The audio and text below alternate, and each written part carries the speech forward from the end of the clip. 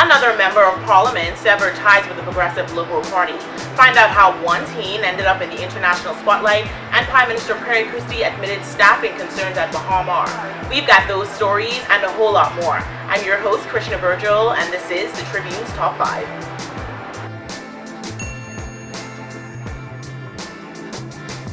Town MP Renwood Wells admitted this week that he was uncertain of his future with the Progressive Liberal Party. Mr. Wells on Monday told reporters that just last week he contemplated resigning from the Progressive Liberal Party, as he insisted that all things are possible regarding whether he would quit the party ahead of the 2017 general election. Following an impassioned intervention in the House of Assembly, Mr. Wells was definite as he assured reporters that he would run in the upcoming election whether or not he is nominated by the PLP. Mr. Wells further suggested that officials in the party had threatened to refuse him a nomination because of his outspoken nature. He declined comment when asked if he remained supportive of PLP leader and Prime Minister Perry Christie, only saying that it is a discussion for another day. This came after Marco City MP Greg Moss resigned as a member of the PLP last week. Some observers have speculated that Mr. Wells and Fort Charlotte MP Dr. Andre Rollins would follow suit. The Christie administration will raise the national minimum wage to $210 per week. Labor and National Insurance Minister Shane Gibson announced in the House of Assembly this week. This comes following months of research and negotiations on the topic, Mr. Gibson said. The weekly minimum wage for public servants is already $210, but the minimum wage for the private sector is currently set at $150. The government's planned 40% increase is significant, Mr. Gibson said during his budget communication. Nonetheless, the increase would be less than the 100% to 133% increase recommended by Obie Ferguson, president of the Trade Union Congress, and John Pinder, president of the Bahamas Public Services Union. Both men recommended to the government that a minimum wage increase of between $300 and $350 be made.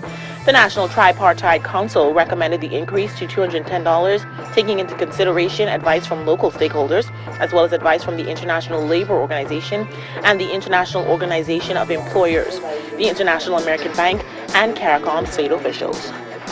Prime Minister Perry Christie admitted on Thursday that the ongoing stalemate over Bahamar presents layoff challenges. The nation's chief on Thursday acknowledged that the continuing impasse at Bahamar could result in the resort eventually lacking the capacity to pay the thousands of people currently on its payroll. It has been weeks since work at Bahamar came to a halt due to a dispute with the developer and the resort's main contractor. This came after months of hiring exercises at the $3.5 billion project. Mr. Christie's comments mark the second time he has publicly acknowledged that the deadlock at the resort threatens the financial stability of its employees. He called his efforts to get the project going again his single greatest obligation right now in terms of daily governance. Mr. Christie said he has had extensive chats with Bahamar CEO Sarkis Ismailian about the state of the project.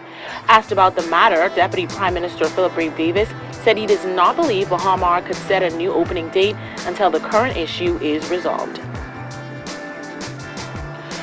Two Public Hospitals Authority employees were suspended for 10 days after allowing a teenage girl to use a government ambulance for her prom entrance in Abaco last Friday. The situation put the teen girl and her prom date in the center of international recognition and criticisms in some instances after the photographs of her prom arrival went viral. Judy Terrell, PHA Corporate Communications Manager, said the employees were attached to the Emergency Medical Services Department. A nurse who also played a role in the stunt is also said to be under investigation. However, Ms. Terrell said the nurse is not attached to the PHA but is employed by the Department of Public Health. The disciplinary action came after photographs were posted on social media showing the teen girl dressed in all white arriving at a prom in Marsh Harbor in the ambulance. The girl, who pretended to be unconscious, was then carried out of the ambulance on a stretcher by what appears to be emergency services personnel. Her date, dressed as Prince Charming, then kissed her and brought her back to life, according to reports. The story has caught international attention and has been picked up by several foreign news outlets. In an interview with an online publication, the teen identified as Ashvon Russell apologized to her critics, but said she can never apologize for being artistic and creative because that makes her who she is. After a contentious run with the Progressive Liberal Party, where he several times butted heads with his own colleagues, Dr. Andre Rollins resigned. Embattled, Fort Charlotte MP Dr. Andre Rollins quit the Progressive Liberal Party on Wednesday night, explaining that it was obvious he was no longer wanted in the party after government members made several attempts to block him from contributing to the budget debate in the House of Assembly. Dr. Rollins said while he had no prior intention during the day to resign from the party, he would be a fool to call himself a PLP after the way he was treated in the House of Assembly. He added that based on the PLP's current trajectory, the party had no chance of winning the next general election. It was one of several scathing critiques from Dr. Rollins about the PLP's performance in office over the past 3 years. His departure from the governing party came a little more than a week after Marco City MP Greg Moss quit the PLP, citing leadership issues at both the party and executive levels. Dr. Rollins denied growing speculation that he had plans to form a new political party with other disgruntled backbenchers. While he did not say if he would join the Free National Movement, he stressed that this country needs a strong opposition to keep the government's feet to the fire.